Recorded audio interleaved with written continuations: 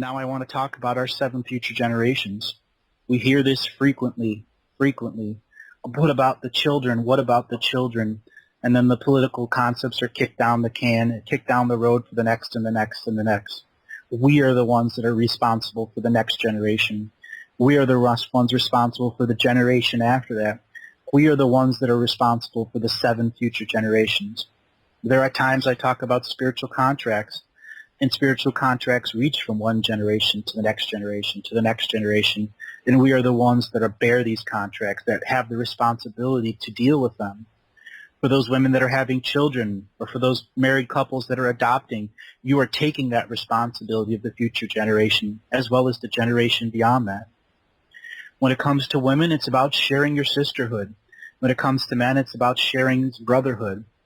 And once we learn to share, we quicken the pace at sharing until finally we are moving at 80 miles an hour in a 50-mile-an-hour zone, and we are heading straight towards that force of domination control to simply say, it's time for you to go. With total layers of empowerment, we talk to the domination control and say, your time is done here. We draw upon our dream worlds and we create that future place so that domination control no longer has anchors. And once we look at those anchors and question those anchors, we have our moments of deep power, that inner power, where we take the joy of freedom and spread it to the all. And when we claim this power, we empower the all. We empower the all. We once again find inner peace. Once we find inner peace, we begin to co-create prayers with everyone. Whatever vehicle, whatever religion, whatever form of spirituality, this is it. Here you are. It is your prayers that help define the universe how to change.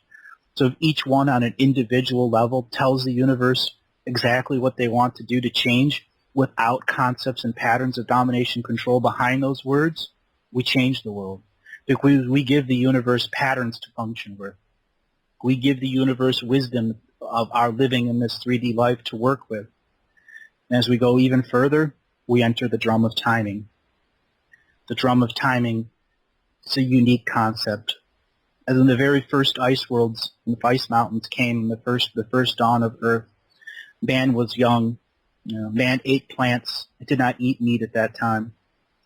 And then great Antelope came down out of the mountains, the ice mountains, and came to the first shamans of the land, the first two-leggeds, and said, the coming ice mountains will destroy the plants, and Earth will be going through a great change. Earth wants you to live, and is now my service to you, for you to live. So you will take my flesh, my hide, and you will consume meat and use all forms of my body. And the shamans of land said, no, we cannot kill you. You are our brothers. You are our sisters on this land. It is not right. And Antelope said to them, it is my service to this world. Take my flesh. It is my service. Take my hide. It is service. Take my hoofs as glue. It is my service to you so you may survive the coming ice mountains. And man did what it was asked to. It took the service. And a man survived the first ice mountain and the second ice mountain. And the first shamans of the first land honored Antelope by making Antelope man clans, where they honored the wisdom of eating the flesh and made sure that nothing was wasted. And this is what the concept that we are returning to. Who's being of service to the world? Who is making the sacrifice to help change? Who is telling the people you can all be one with the world if you simply understand the illusion you're being forced to live in? The first illusion of the first man was to think they could survive without help.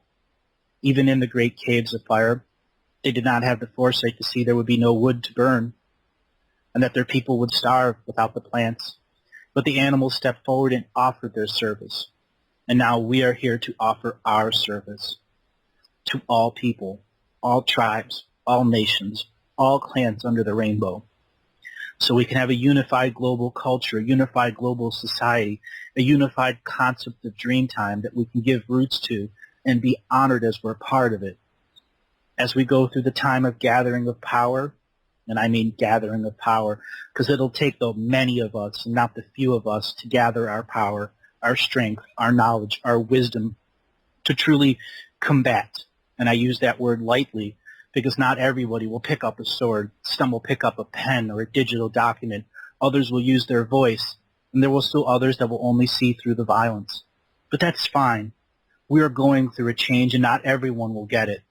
But as long as we allow the truth to be our protection, that we are changing this world for the better, The inner omens will come to you about what your purpose here in this world is, what your reason here is, and how you interact with that truth will determine what layers and patterns you see.